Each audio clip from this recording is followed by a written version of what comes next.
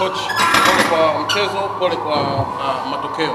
Kiufundi ilikuwa namna gani mpaka umeruhusu kupoteza mchezo huo ugenini? Désolé pour les résultats, désolé pour les matchs. C'est ça le football. Tu peux parler qu'est-ce qui a été la raison de perdre le match d'aujourd'hui. Techniquement, c'était qu'est-ce qui était le problème? Je vous remercie. Je pense que on savait déjà au départ que ça n'allait pas être un match facile. On sent très bien que cette équipe a énormément d'expérience et aussi joue à domicile. Et ça, c'est un avantage aussi. La différence, je pense qu'ils ont été plus efficaces. Ils ont eu des situations de but, ils ont marqué. Et par rapport au contenu, je pense qu'on n'a pas été mauvais.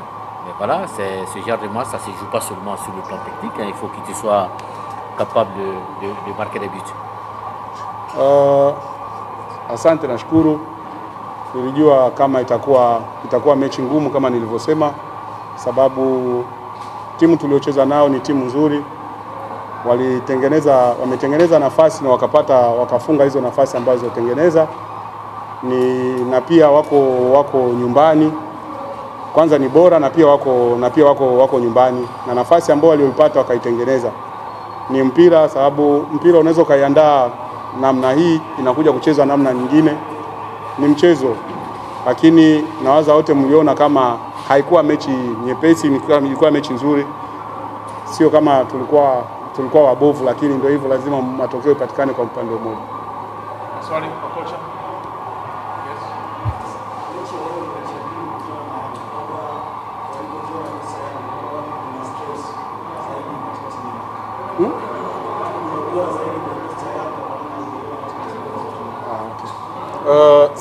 C'est le deuxième match que vous jouez avec Yanga.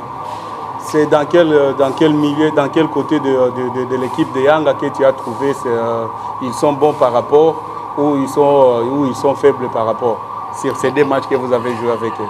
Je préfère parler du bon côté de l'équipe, hein, parce qu'en réalité, ce n'est pas une mauvaise équipe. On sait qu'ils ont énormément de moyens aussi. Voilà. Au niveau de la ligne d'attaque, ils ont des joueurs qui ont de l'expérience, qui ont énormément de qualité. Voilà ce que je peux dire, surtout au niveau de la ligne d'attaque. Kitu ambacho naweza nikasema kwa upande wa Yanga, wana kikosi kizuri, hasa kwenye stafu ya ushambuliaji. Wana wachezaji wazuri wenye experience na ni wazuri pia, na ni timu nzuri ambao pia hata kifedha wako vizuri, ni timu nzuri.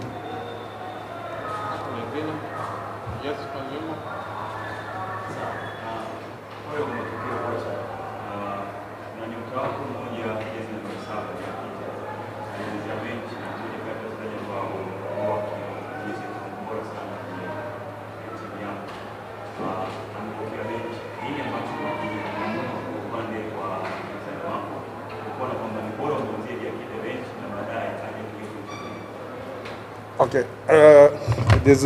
désolé avec les résultats, c'est ça, c'est le football.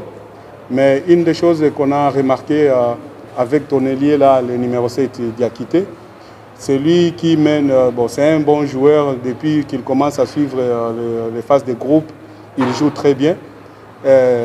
Malheureusement aujourd'hui il a commencé comme réserve. Qu'est-ce qui a été la raison de lui faire commencer comme réserve au moment où c'est un bon joueur de l'équipe? Vous savez, il fait partie d'un effectif. Réellement, autant lui peut avoir des satisfactions. Moi, de l'autre côté, est-ce que le coach a des satisfactions par rapport au joueur? Il est bon, c'est un super joueur. Voilà. Sur ce match-là, j'avais besoin des joueurs qui sont capables de marquer, parce qu'on avait vraiment besoin de gagner ce match et d'être plus efficace devant le but et de marquer des buts. Il ne s'agit pas seulement de prendre le ballon et dribbler, voilà, faire des trucs. Voilà, c'est pour cette raison, le choix c'est là. Parce que celui qui a commencé le match à première mi-temps, Fofana, il est plus efficace que Diakité. Voilà. Ni mchezaji mzuri na ni mmoja katika kundi la wachezaji. So hata yeye kumtumia, anaweza kumtumia mwingine na yeye akamwacha nje kutokana na plani ambao aliyoweka. Plani ambao aliyokuja nayo ni kuweka wachezaji ambao wazuri kwa kufunga ili wapate magoli, kwa sababu yeye ni machachari, anaweza akaingia kuja kufanya vitu vyake. Hata yule ambaye aliyeanza Fofana ni mzuri na ana quality nzuri sana na amemfurahisha na ndio maana akamwanzisha. Lakini Diakite naye ni mchezaji mzuri, lakini katika mfumo ilibidi yule aanze kisha yule atakuja kuingia baadaye. Swali moja la mwisho kwa dada. Mchezo lakini kufahamu kipindi cha kwanza walifanya walichoingia kipindi cha pili yani Afrika Kusini saba ambayo ilikuwa kwa mshangiliani na kucheza kabla.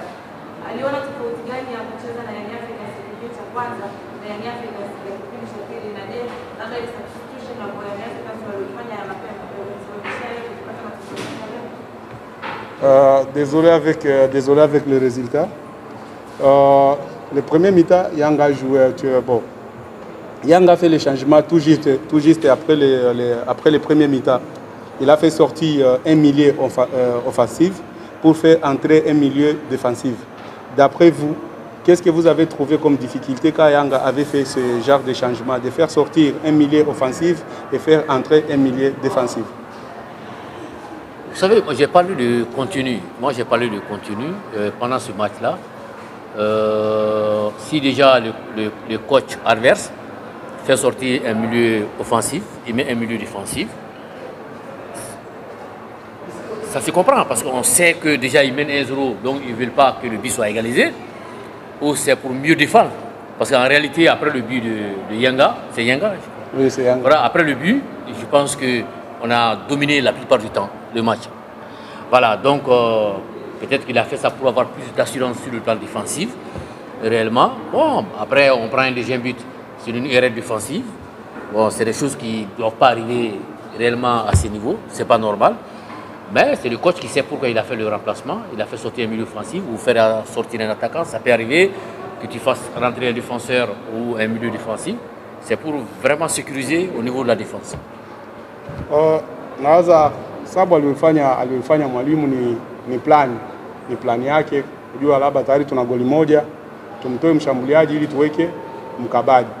Lakini kabla ya kufungwa goli la pili, nawaza tuliutawala mchezo, tukacheza vizuri, na goli la pili tulikuja kufungwa ni makosa ya mabeki, na huwa inatokea katika mpira wa miguu. Nawaza kila mwalimu ana sababu yake, labda mwalimu alifanya hizo sub kumtoa mshambuliaji kumuingiza beki ili aje aziwie goli lake moja na yuko nyumbani. Ni jambo la kawaida kwenye football. So ndio hivyo.